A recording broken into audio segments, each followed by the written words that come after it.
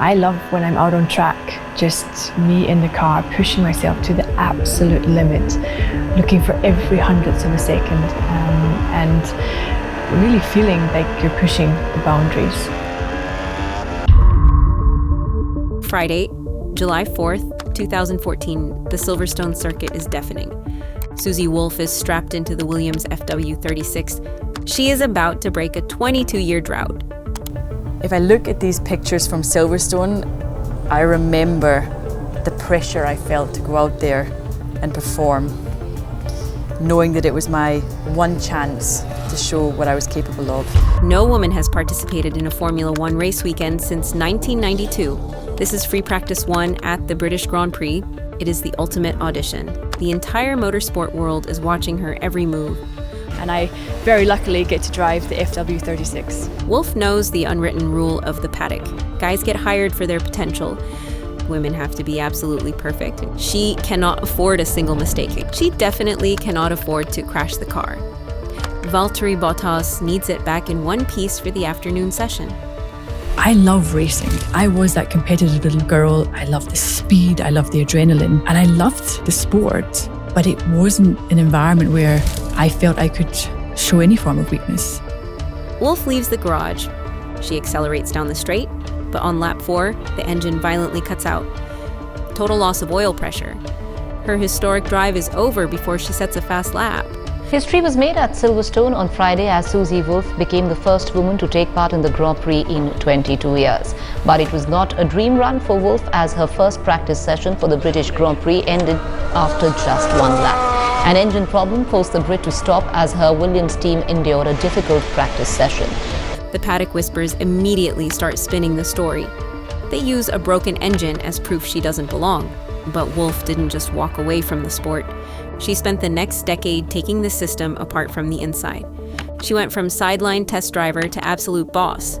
She built a pipeline so threatening to the old boys club that the governing body launched a baseless investigation to ruin her. This is the story of how motorsport protects its own and how Susie Wolff forced an open door for women in racing.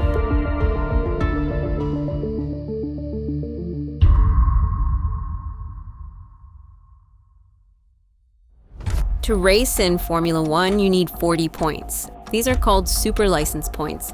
The officials demand them before you can touch a Grand Prix grid. Drivers earn them by winning junior series like Formula 3 and Formula 2. But those lower races have a massive price tag. Getting a good seat in Formula 2 costs about 2.5 million euros a year. Without a top-tier car from an elite team, winning is impossible, and without winning, getting those 40 points is just a fantasy. This setup creates a huge roadblock. The whole system runs on a quiet bias. Big sponsors naturally hand cash to young guys who look like past champions. They see guys as a safe, reliable bet.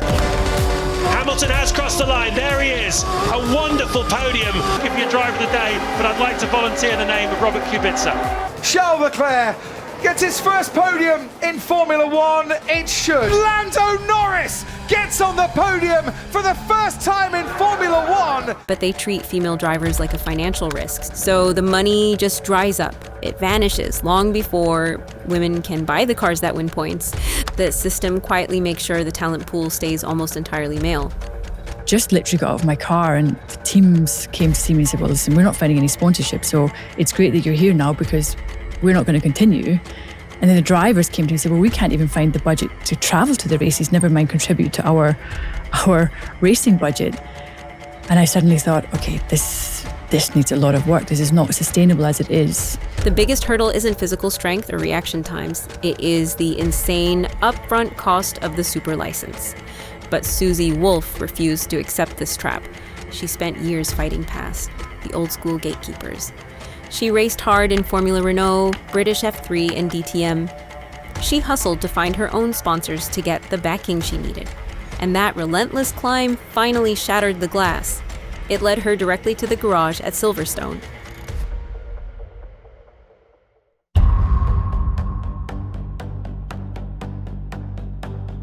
The blown engine at Silverstone was devastating. Wolff had waited a lifetime for those 4 laps.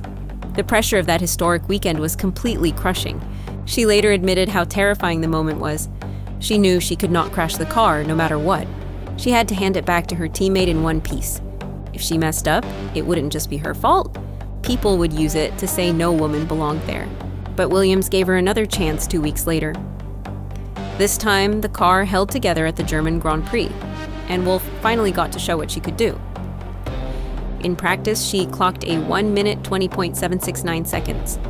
Her veteran teammate was Felipe Massa. He was a proven race winner and title contender. Massa ran a 1:20.542 on the exact same track. Wolf was just 0.227 seconds off his pace. She proved she had the raw speed to compete, but the goalposts immediately moved again. Speed and data were no longer enough to get a seat. In early 2015, Williams needed an official reserve driver. This role is the absolute final step before racing on Sunday. Instead of moving Wolf up, they hired Adrian Sutil. The message from the team was loud and clear. She was great for testing and collecting simulator data. She was great for PR and making sponsors happy. But the actual starting grid was close to her. Wolf saw exactly how the game was played. She retired from driving late that year. She knew she couldn't fix a rigged system from inside the car, so she decided to take over the boardroom instead.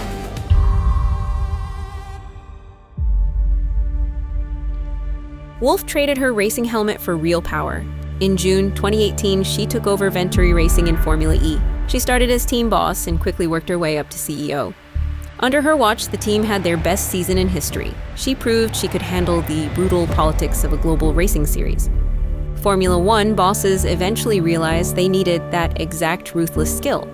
In March 2023, they made her managing director of the F1 Academy. F1 Academy is such a great opportunity to increase the talent pool, raise the awareness, make the sport more accessible, that we get more young women in, that the talent pool increases, that the best can really rise to the top. This was a brand new, highly watched all-female racing series. F1 Academy is yours. Take a look at me now. We only have 2 years in F1 Academy to prove we've got what it takes. Let me fix up your focus. 15 of the best female drivers from around the globe. But Wolf didn't build it to be a cute side project. She used the platform to go right around the boys' club. She locked in the cash that young women usually never get.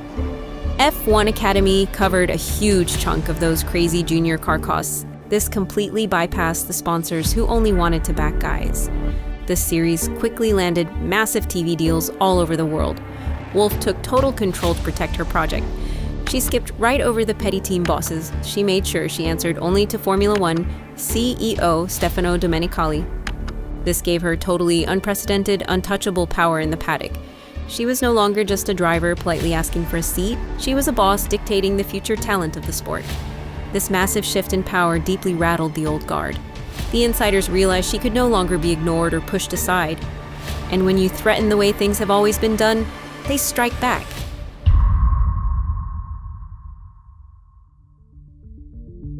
In December 2023, the pushback finally hit. The attack didn't target her TV ratings or track setups. It targeted her marriage to Mercedes team boss Toto Wolff. The F1 media works in a very specific, dirty way. Angry insiders quietly leak fake rumors to tiny blogs. Business F1 magazine printed an unverified claim using anonymous sources. The rumor said rival team bosses were complaining about the Wolffs. It suggested they were secretly sharing highly confidential information. The hint was that Susie was leaking F1 boardroom secrets to Toto. This setup turns total lies into headline news. The FIA jumped on this single unverified article. On December 5th, the top officials launched a formal investigation. They claimed they needed to protect the integrity of the sport. This was a calculated political hit job playing out in real time, and it tried to shrink a successful CEO down to just an untrustworthy wife. The FIA expected the usual corporate playbook to unfold. They figured Wolff would put out a polite statement and lay low. The main goal is always to leave a lasting stain on someone's reputation. Once the word investigation hits global news, the damage is done. But the officials wildly underestimated the power she had spent years building. They fundamentally misunderstood who they were messing with.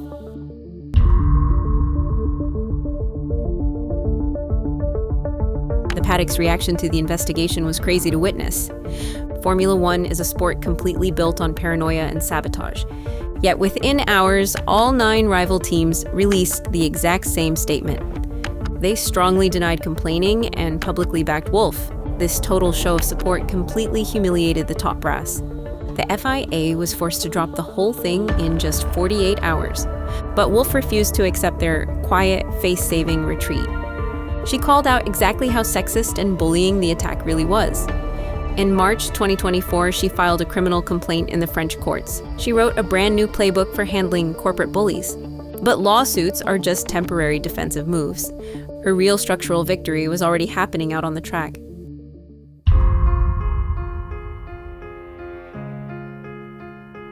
The true threat of the F1 Academy was never just the TV numbers. It was the fact that Wolf actually built a strategy for the drivers. She knew winning an all-female race meant nothing without a funded next step. So the Academy demanded its champions get fully paid seats in higher series. Because sometimes in life, you need to see it to believe it. F1 Academy is a Formula 4 championship only for female drivers, because we give huge financial aid and nurture the talent so that the female drivers can go on to progression further up the sport. Participation of women in motorsport has never gone above 5%.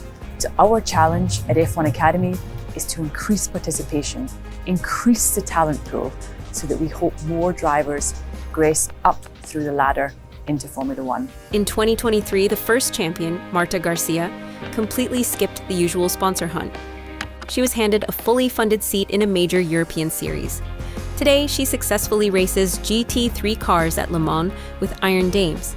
In 2024, Abby Pulling dominated the Academy calendar and won the title.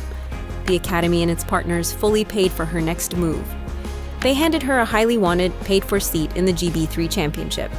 She also snagged a role as a rookie driver for Nissan in Formula E. Then came the 2025 champion, rising star Dorian Pin. She didn't just get a trophy and a handshake. Mercedes officially promoted her to F1 development driver for 2026. She logged brutal hours in their F1 simulator. Her digital lap times were undeniably fast, so Mercedes stopped waiting. On April 17, 2026, Dorian strapped into an actual Formula 1 car for the first time. She fired up a real F1 engine and hit the racetrack. This made her the first woman to drive a Mercedes Formula 1 car. Dorian, our F1 Academy champion.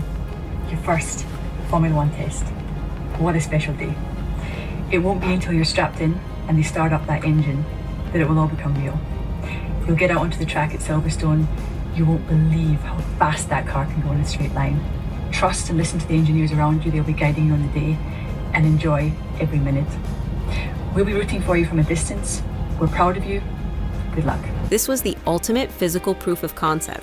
Susie completely smashed the €1 million paywall. She forced the old-school racing world to finally accept female champions. And you can already see the real-world impact. The Academy has sparked a massive 265% jump in girls driving go-karts.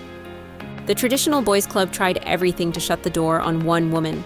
Instead, she blew the entire system wide open. The gatekeepers thought Susie Wolff was their biggest problem, but she just handed the keys to an entire generation of girls.